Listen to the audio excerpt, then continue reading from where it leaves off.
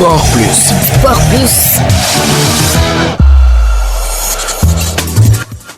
Bonjour et bienvenue dans votre rubrique sportive Sport Plus. L'équipe nationale féminine de football du Sénégal a reçu lundi le drapeau national des mains du ministre de la Communication et des Ressources et des Relations avec les institutions Bakary Sarr. Ce dernier représentait sa collègue en charge de la jeunesse et des sports, Direy Clotilde Coly, empêchée d'assister à la cérémonie. À cette occasion, le deuxième vice-président de la Fédération sénégalaise de football, Kosso Diané, demande aux Lions d'effacer les souvenirs de leur dernière défaite en quart de finale de la Coupe d'Afrique des Nations de la catégorie. Dans son intervention, il a fait observer que l'édition 2026 de la CAN féminine est celle de tous les possibles. Avec 16 nations pour la première fois, l'ambition est claire, une place en demi-finale au moins, et c'est le billet direct pour la Coupe du Monde, ce qui serait la toute première de l'histoire du football féminin sénégalais. Le Maroc est une terre devenue désormais familière aux sélections sénégalaises selon Kosso Diané. En une seule année, le Sénégal y a conquis 2 titres africains majeurs,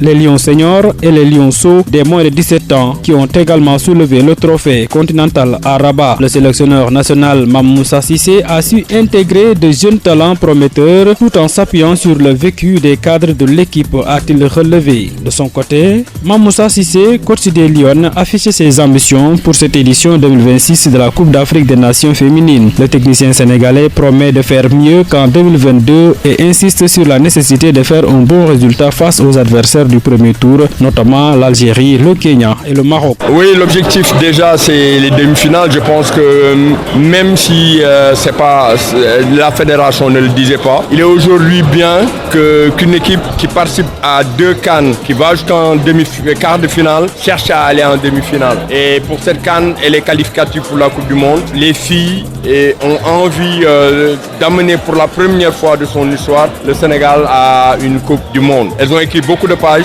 mais cette page-là va être très très importante. Et à titre personnel, c'est vraiment un rêve que je puisse donner au peuple sénégalais, parce que cette CAN-là, elle est particulière pour moi. On y reviendra, mais je voudrais vraiment dire que c'est le sentiment partagé des joueuses, de la fédération et du peuple. Aller en demi-finale pour essayer de jouer une première Coupe du Monde, de gravir des échelons. Et je pense que c'est pour cela que nous y allons. Même si la poule est difficile, elle sera difficile pour tout le monde. Parce que le Sénégal aussi n'est plus une petite équipe. Ça va être notre 3e CAN. Nous avons des certitudes. Nous y allons avec beaucoup d'humilité, mais nous y allons aussi avec l'ambition de faire ces demi-finales-là, Inch'Allah. Déjà, le premier match, il est extrêmement important.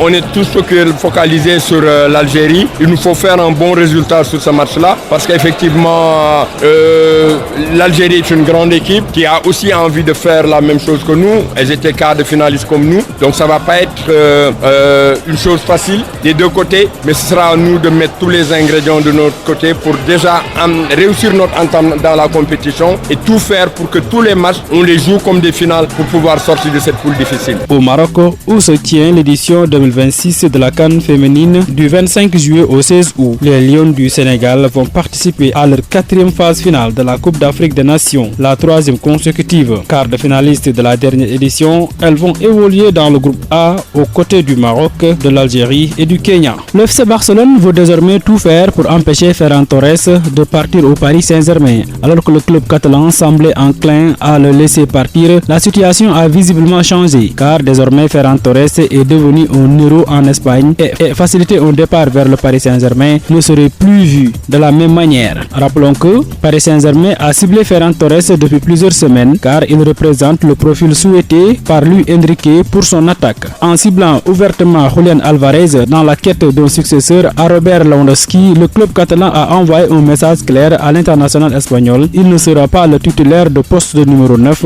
de quoi le pousser à envisager un départ. En volleyball, le Sénégal s'apprête à devenir le carrefour du beach volley continental. La Fédération sénégalaise de volleyball a officialisé la tenue de la Coupe d'Afrique des Nations des moins de 18 ans en catégorie filles et garçons du 8 au 14 août 2026 dans la station balnéaire de Saly, située dans le département de Mbour. Pour accompagner cette grande fête sportive, 2 sessions majeures de renforcement des compétences séances seront organisées sous l'égide de la Fédération internationale et de la Confédération africaine de volleyball. Il s'agit d'un atelier de haut niveau destiné aux techniciens ainsi d'un cours de formation visant à certifier 25 arbitres internationaux. Tout ce prévu du 6 au 14 août. Cette grande messe sportive rassemblera les délégations de 13 pays, à savoir le Cap-Vert, la République démocratique du Congo, l'Égypte, la Gambie, le Ghana, le Maroc, le Mozambique, la Namibie, le Nigeria, la Sierra Leone, l'Afrique du Sud, la Tunisie et le Sénégal, pays hôte. C'est tout pour aujourd'hui dans Sport Plus. Merci de l'avoir suivi. Rendez-vous demain pour un autre numéro.